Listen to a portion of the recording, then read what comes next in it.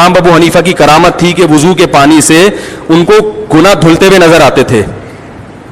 اس پہ وہ مشہور زمانہ فتنہ نے باقاعدہ قہقے لگا کے ہنسائے. وہ اتنے بڑے عالم جن کی حرمین کے ائمہ ان کا احترام کرتے ہیں, ان کے استقبال میں کھڑے ہو جاتے ہیں.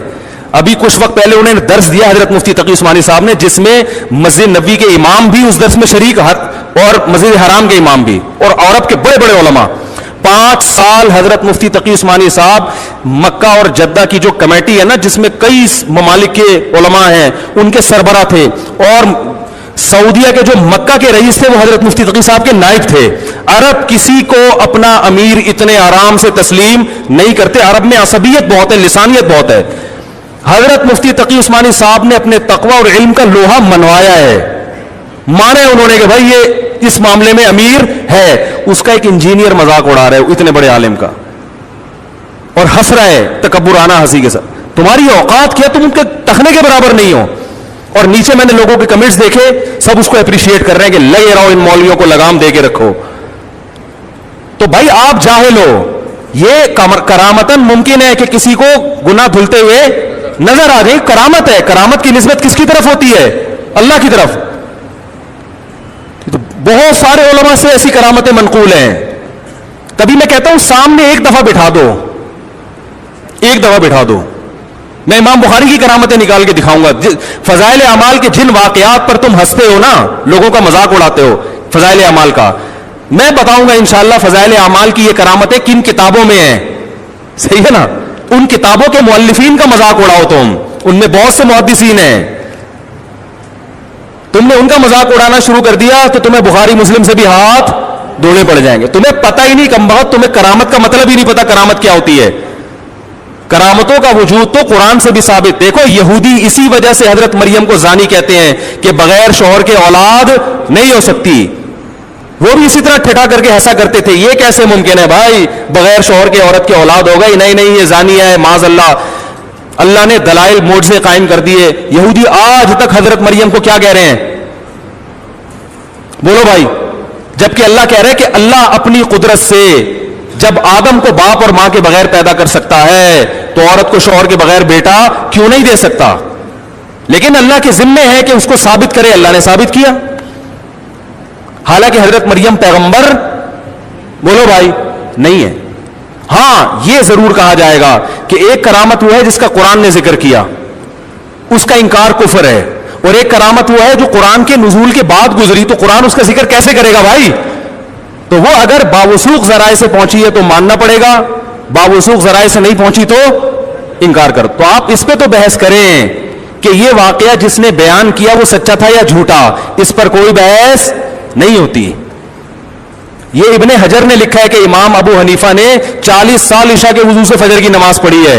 ابن حجر کا یہ شخص کبھی مذاق نہیں اڑائے گا, کیونکہ علامہ ابن حجر شافعی کا مذاق اڑایا تو آپ کو علم حدیث سے ہاتھ دھونا پڑ جائے گا.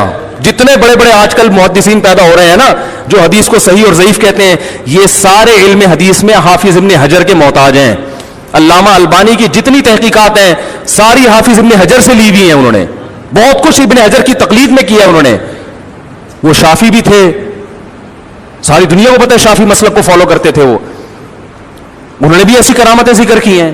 ان کا کبھی مذاق, جہاں کسی عالم دیوبند کا یا بریلوی عالم کا نام آ جائے گا ان کو مذاق اڑانے کا موقع. تو پتہ چل رہا ہے کہ آپ دکانیں چلا رہے ہیں, آپ لوگوں کو صحیح گائیڈ نہیں کر رہے. یہ بزرگوں کی کرامتیں ہر دور میں ہوئی, اس دور میں تو زیادہ ہوتی تھی. تو نبی نے فرمایا کہ جب ہم وضو کرتے ہیں تو وضو کے پانی سے گناہ دھلتے ہیں, تو اللہ اپنے کسی نیک بندے کو یہ گناہ دکھا دے تو اس میں کیا رہ جائے بھائی؟ حضرت موسیٰ کی ماں پیغمبر تھی لیکن ان کو وحی ہو رہی ہے.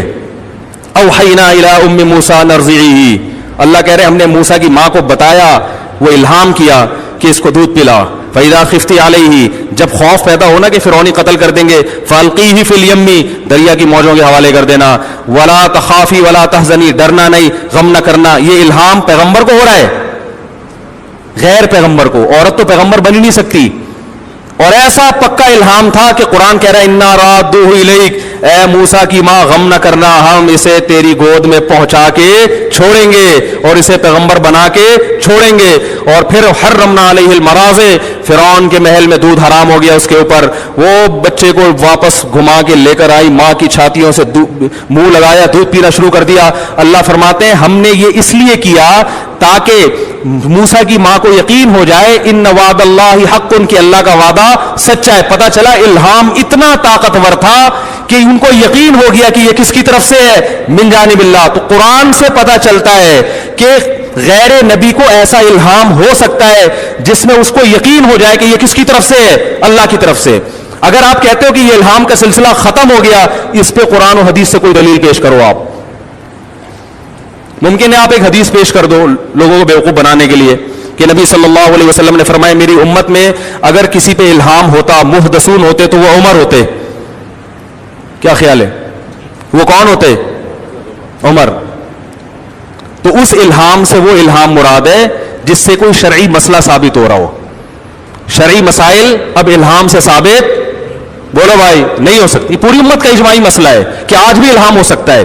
آپ خود بار بار کہتے ہیں کہ اجماع یہ حجت قطعیہ ہے. کوئی ایک عالم ایسا نہیں گزرا جس نے اس 1400 سال میں جس نے یہ کہا کہ اب الہام کا دروازہ بند ہو گیا. ہاں، دو چیزیں الہام میں کہ اس سے شرعی مسئلہ ثابت نہیں ہوگا. شرعی مسئلے کے لیے قرآن و سنت دیکھنا پڑے گا. یعنی کوئی کہے مجھے الہام ہوا ہے کہ جی وہ داڑھی کاٹ لوں، تو یہ الہام معتبر نہیں ہے، یہ شیطانی الہام ہے. نمبر دو، الہام جس پر ہو رہا ہے اس کو اگر اللہ کی طرف سے ایسے قرائن مل گئے کہ اس کو یقین ہو گیا کہ اللہ کی طرف سے، تو اس کے حق میں حجت ہے. دوسرے کے حق میں حجت، کیونکہ ہمیں کیا پتا سچ بول رہا ہے کہ جھوٹ بول رہا ہے. تو اگر وہ کوئی شرعی مسئلہ ثابت نہیں ہو رہا، بیان کرنے والا بھی ثقہ ہے اور جس کے ساتھ پیش آ رہا ہے اس کو بھی امت ولی اللہ مانتی ہے. امام حنیفہ کو تو آپ بھی ولی اللہ مانتے ہو، ساری دنیا مانتی ہے. تو پھر بلا وجہ انکار کرنا اور انکار کرتے ہوئے مذاق اڑانا، اور ایسے موقع پہ مذاق اڑانا کہ اس کو نقل ایک ملک کے بڑے نامور